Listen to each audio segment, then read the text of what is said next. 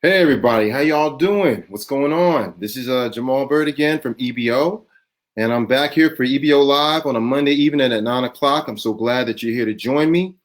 For all y'all people out there, it's been wonderful. This is I think the fourth broadcast that we've done, and we've given some great tidbits about education and things to get your child ready for the next level, whether it be they're in primary, just trying to get through elementary school, or trying to get through middle school, or from high school, trying to get to college and stuff. We have great tips and great things to show you as parents or as students yourselves to go to that next level and learn a little bit quicker, a little bit better, and to have stuff retain better. So I'm glad y'all can join me on Monday nights here. Today, we're going to talk about reading readiness.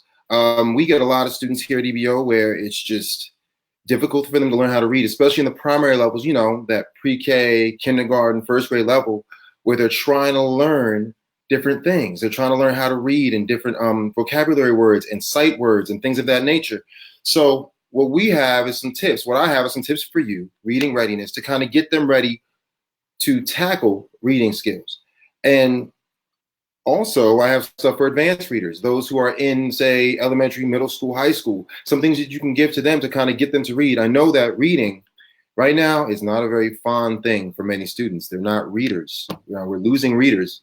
I have a few students that say, oh, I like to read every once in a while, but they really, they don't understand how reading actually opens up their creativity, how it opens up their brains a little bit more and gets them a little more focused and sharp, so that when it comes to those higher level thinking skills, when it comes to them going out in the real world and having to deal with people, their communication skills, when it comes to writing, how reading affects that, it's just endless how reading can help your brain amplify its abilities, as a matter of fact. So if you guys can go and look at the agenda notes, there's a link for agenda notes. If you guys, when you guys came in here, look on those and you can kind of follow along with me about the points I'm going to hit on this live broadcast. And also, if you want to look, there's a link that says it's a link that goes to Greek and Latin roots, which I'll be talking about later. And that's for building vocabulary skills for older kids after they've learned basic words. But Greek and Latin roots will help them extend their vocabulary, tenfold. So here we are. I'm glad you guys are here with me. And let's begin. So the first thing, of course, what we want to talk about today is, hold on, here we go, phonics. Phonics is essential, y'all. Phonics is huge when it comes to reading skills. And for those of you guys who don't know what phonics is basically the sound pieces, the pieces that we use of sound in the English language and how they're represented on the written word. Now, if you look, I'm going to put up on my screen here a way for you guys to learn about phonics. Here we go.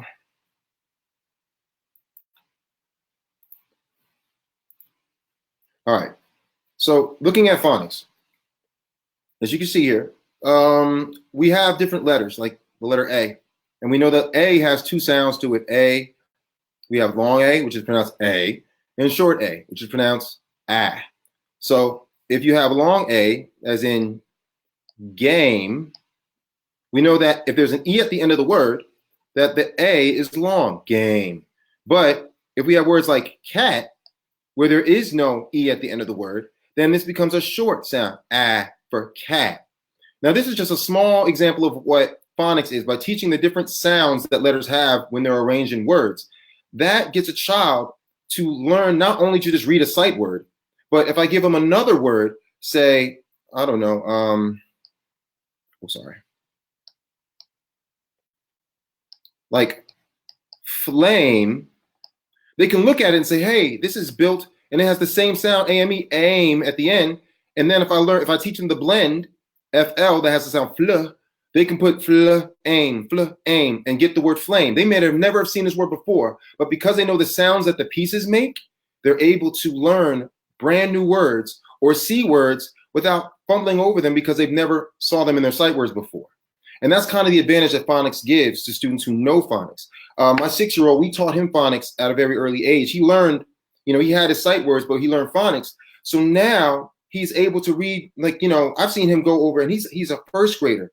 He reads 9-letter words and 10-letter words with no effort at all. And I mean, words he's never seen before, but he's able to sound the letters out and sound the words and blend them together. And it opens up a whole world of reading to a child who, is going past their sight words in their class, their adult sight words. So phonics needs to be paired with sight words. I've noticed in a lot of school systems down here, especially in the South, that they don't really do that. And it's kind of disadvantage. It's a disadvantage to each child that they don't learn their sight words for that. Okay. All right. So to get back to the program here. All right. Phonics is essential. They really need to understand how to use their phonics. They got to learn these pieces of words so they can learn how to tackle bigger words without words that they haven't seen before that they can't identify. They can decode and decipher them. And it becomes easier for them to read words that are out of their range, and they become accelerated readers because of phonics. All right. The next thing that you must do as a parent, and I think this is so key, my gosh, this is so key, is you must learn. Well, you must do this actually. You must read to your child. You should read to your child at an early age. Start reading to them so early as you can. As a matter of fact, read to them even when they can't understand what you're saying. If they're still babbling in the crib, try to find a small book, and just because they love the sound of your voice, they will get used to you reading to them. Now, why is reading to your child so important? Because we see it happen a lot, or we see it on TV, we see people reading to their children and stuff, but I'm going to tell you why it's really that important.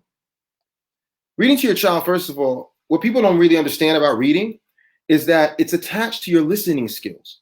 Reading and listening are extremely close to one another. For example, basically reading is this. You're looking at words, right? And as you see the words, you are assigning meaning to the words. And once you assign meaning to those words, they go into your brain, and you're able to make pictures out of what the words mean to you when you read them. So basically, you see the words, they put a meaning in your brain, and then you're able to picture what the words are saying to you. Listening is the same thing, but except of going to your eyes, it's going into your ears.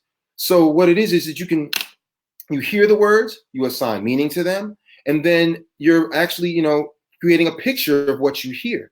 So the only difference between reading and listening is that it's the sense that you use to assign the meaning to your words, to get the words in to assign meaning to. If you notice, there's a lot of kids who don't like to listen very well. There's a lot of kids who don't listen well at all. The ones that do, I notice, are avid readers. But the ones who have listening, who don't like to listen or don't listen well, they don't read much. And it's the weird how that connection works. So by reading to your child, you're actually developing their listening skills. So if you have a child that don't like to listen, maybe you don't read to them enough. Sorry to say that, but it might be true. And if you read to your child a lot, you'll notice that they're able to slow down, and it develops their listening skills. So even if they don't have listening skills at a young age, it helps them to develop them because you're telling a story. So they're listening to words you're saying, and they're assigning meaning, and they're going to ask questions sometimes because they're developing how to listen to what you're saying, and they develop listening skills in the real world too, and it develops their imagination. We have a lot of children out here nowadays who are so caught up on a screen, whether it be a phone or a tablet, that they don't use their imagination as much because they're so busy having people spoon feed them imagination. Come on, when we used to read, or even when we were younger, in my generation, we would create games when we were bored, when we had nothing to do. We use our imaginations to create games. Or, when people told us stories, we would use our imaginations to fill in the blanks, like, wow. And, our brains would just travel. But nowadays, children don't want that. They want a screen to look at so that somebody can paint the pictures for them, so somebody can tell the story for them and have them look at the story instead of actually creating their own images in their own mind. And so therefore now books, things like they have a lesser meaning to children because, they want somebody to spoon feed them an image and not actually create their own. So I can go on at length for that, but I'm not. But it's so important to read to your child because it develops listening skills and it develops their imagination. Very much so. Okay. The next thing you should also do is make sure that you have them read to you. If you, all right, after you read to them, have them read to you. Have them read to you. Have them flex those reading muscles. They need to flex those reading muscles as much as they can. So if they start to learn the words and they start to get better with better words through the phonics skills you've been training them with, now have them read to you everything. Have them read with you. Say, okay, I'll take a paragraph, you take a paragraph. And therefore, they're developing their reading skills by reading out loud to you. And after all, they get a sense of pride in them knowing their words. We have so many children who come in here who don't like to read, but because we've taught them some phonics and because we taught them how to learn some basic stuff and they get better with it, you should see the pride on some of these children's faces who are able to tackle these words in these texts because they can read out loud to us and their voices become confident. It helps their speaking skills. It's just reading is just all together perfect for communication development. Wonderful. All right. So the next thing I want to go to now, we're past that stuff for beginning readers. If you have a beginning reader, again, we want them to learn phonics. You want to read to your child and you want to have them read to you. Those are the three things. Now, for advanced readers, right, readers who, may probably elementary, higher elementary, middle school students, these things really work, especially when it comes to now vocabulary building. That's the point where you want to start building their vocabulary, starting to get a better lexicon of words in their vocabulary so that they can actually tackle harder texts because of the words that are in the texts. So one of the biggest things that I use with students when I'm teaching them how to do and how to learn and get better with text is having them learn how to use a thesaurus. Using thesaurus to introduce new words is awesome. Now, traditionally, a lot of teachers use dictionaries, and dictionaries are fine. That's wonderful to use a dictionary. But the problem, I think, with dictionaries is that it's limiting. Many definitions that are given to words in a dictionary are actually just as complicated as the word itself you're trying to learn. It's funny how you look at a dictionary, an entry in a dictionary for a word, and it's like, okay, this dictionary, I need a dictionary for the dictionary entry. You know what I'm saying? I would say this, use a thesaurus to teach children new words. I'm gonna give you an example of how that works. Okay, so if you look on my screen here, one of the things I like to use is thesaurus.com. It's awesome. I have it on an iPad next to the child when we're studying the vocabulary words. And instead of just using, definitions, what I'll do is this. All right, so we'll go to, say, synonyms. Say I want them to learn a word like amiable. Now, many of you may know what amiable means. Some of you don't. But if you use it on thesaurus.com, here's what happens. All right. Amiable, as you can see here, means friendly, agreeable. Wait a minute. You know what friendly means, don't you? Exactly. So now they automatically get a quick definition of the word. But not only that, you can see other words that mean the same thing as amiable or friendly, like affable, amicable, charming, cheerful, cordial, delightful. So not only are they learning one word, now they're learning like 10 to 15 other words along with that one word that all mean the same thing. By using a thesaurus, they expand their vocabulary exponentially. Because we have a discussion, okay, well, amiable means this, and you know what friendly means, but dang, these words, affable, mellow, pleasant, sociable, all these are good humor, good nature. These are all words that mean the same thing. So they just learn 5 words by just looking up one. It's a great way to get students to learn vocabulary quickly and also get a sense of other words that mean the same thing as a word. So when a kid gets a vocabulary list, you should really go to the thesaurus, especially thesaurus.com, great resource to help them learn vocabulary words faster and expand their vocabulary quicker. Another thing that should be used when you are teaching students vocabulary words, hold on for a second.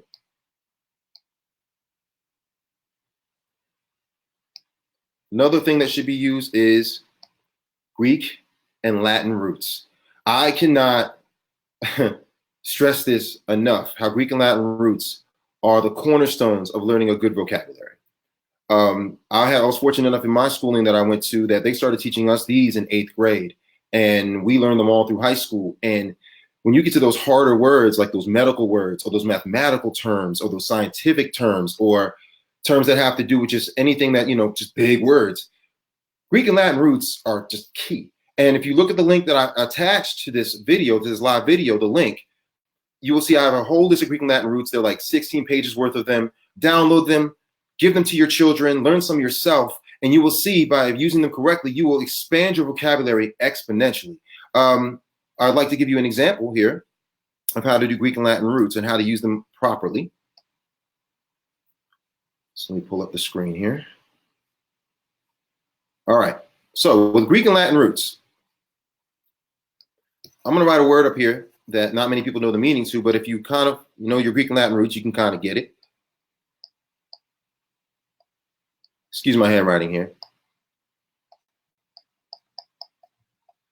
Somnambulist. All right, how many of y'all know what a somnambulist is? Some may, not too many. Let me explain how Greek and Latin roots is used here in the word somnambulist. Somnambulist is pretty much made with about 3 different pieces. som, ambul, and ist.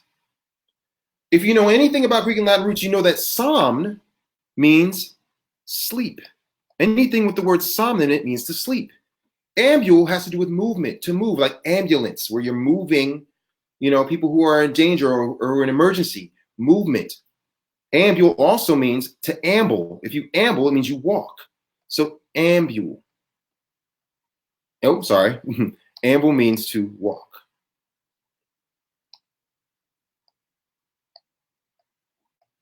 Oh, I keep doing that. Sorry, y'all. I should write the word walk. And ist is just a person that does something. A person that does whatever is in front of it. A somnambulist is a sleepwalker. That's all they are, is a sleepwalker. But by learning somnambulist, by learning the Greek Latin or the Greek root som, you can also see words like insomnia. Oh, you know that word. Insomnia means that you can't sleep because in means not. Somnia, not sleeping, a person who can't sleep. All right? Learning Greek and Latin roots is helpful. Why? It's just like with the thesaurus thing. If you learn the word som and then there's about 5 words with som in it, you already know, even if you've never seen those words before, you know that the word has something to do with sleep. So when you're taking those SATs and those ACTs or those other standardized tests that have vocabulary in them, the fact that you know a piece of the word means that you have an idea, oh, I can pick the choice that has to do with sleep because this word has to do with sleep. There are so many Greek and Latin roots out there. And if you look at the list that I provided, you will see just how many there are. So learn Greek and Latin roots. It's so key in order to learn and expand an older child's reading skills. And I really just recommend just get that list that I said and start studying them. You can learn 5 at a time a day. And by learning one of them, you've learned like 10 different words just by learning one of them because they use our words, our language is built on these pieces of these words. So you'll see one Latin or Greek root in about 5 different words in a dictionary. All right. So Greek and Latin roots is another thing that's very important. All right. We're getting close to the end here. Another thing that I want you guys to start using or you can do with your students or your child is have a word of the day. Now, a word of the day is simple. Every day, wake up and give them another word. Just give them a word. Find a word online that you can use and here's your word for the day, young man. You can plan them out for a week, all right? And that would help a child extend their vocabulary tenfold. Plan them out for a week and say, okay, here's your word give them one word of a day and just give it to them beforehand. Just say, hey, here's your word for Monday, Tuesday, Wednesday, Thursday, and Friday. Having them give a word a day. If you start them at an early age, you can increase these words. You can make them smaller. Give them a word a day and a Greek and Latin root to learn a day. I'm telling you, by the time these kids get to high school, there's no word that they're not going to be able to decipher or be able to break down or read or listen or just understand. So a lot of students, they come to me and they're like, they'll show me something in a book and I'll look at a word and they're like, Mr. Brooke, what does this word mean? And without a dictionary, I'll tell them this means blah, blah, blah, blah, blah. And they're like, how'd you know that? And I'm like, Greek and Latin roots. I try to learn a word a day or try to digest a word a day. And then I learn when I get the word of the day, I go and get my thesaurus and get my synonyms. And so now I've learned more words off of that one word a day. So it's just so important. These things can help increase vocabulary, which increase reading skills of a child. Now, the last thing I want to talk about is reading as far as getting books for students. It's very difficult to pick books for children who don't like reading. I completely understand that. One thing that schools do is they shove all these books at students, especially high school students, and a lot of these books, students are just not interested in, even though they're classics, but they don't have the interest of the child at hand. And so, when I used to teach English, I would let the children pick their own books. When I want to do book reports and stuff, I didn't just have a class set. I would do that every once in a while, but then I would try to lean away from that and let them pick their own books for their book reports. So one of the things that I like to do is give children different variety of books. For example, for my young men out here and young ladies who like sports, a lot of students who are athletes, they don't like to read a lot. They like to be athletes and stuff, but they don't have anything that appeals to them because, a lot of things that are written are not sports based. There's an author I want you to look at. His name is Mike Lupica. Mike Lupica is an awesome author. That's Mikelupica. If you look him up, Lupica he's a sports analyst, but he writes a lot of young adult titles with sports themes.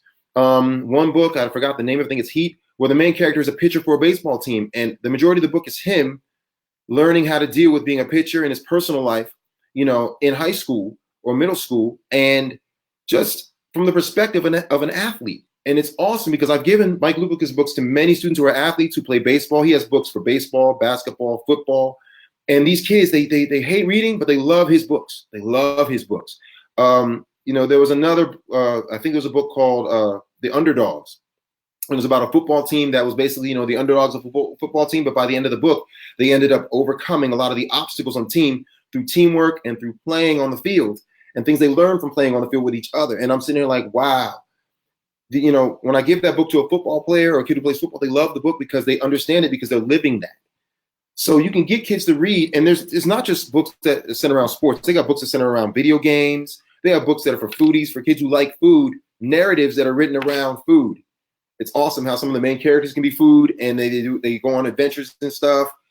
Great stuff. One example of that would be when you were a kid, Cloudy with a Chance of Meatballs. As a young child, if you see that your child loves food, give them that book. I bet you they'll start reading it because they want to read about hamburgers and spaghetti falling from the sky. Okay?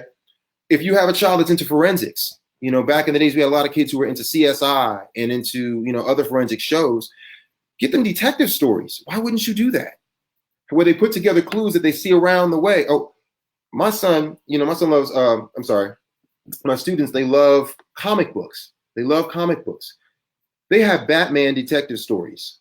Batman's a detective at first. They got their action, they got their comic books, but they also show him breaking down clues, especially a lot of graphic novels. Graphic novels are awesome because, yeah, they got a lot of pictures in them, but they also have the words and they have a lot of great stories in there, and it gets them used to learning about narratives and stuff.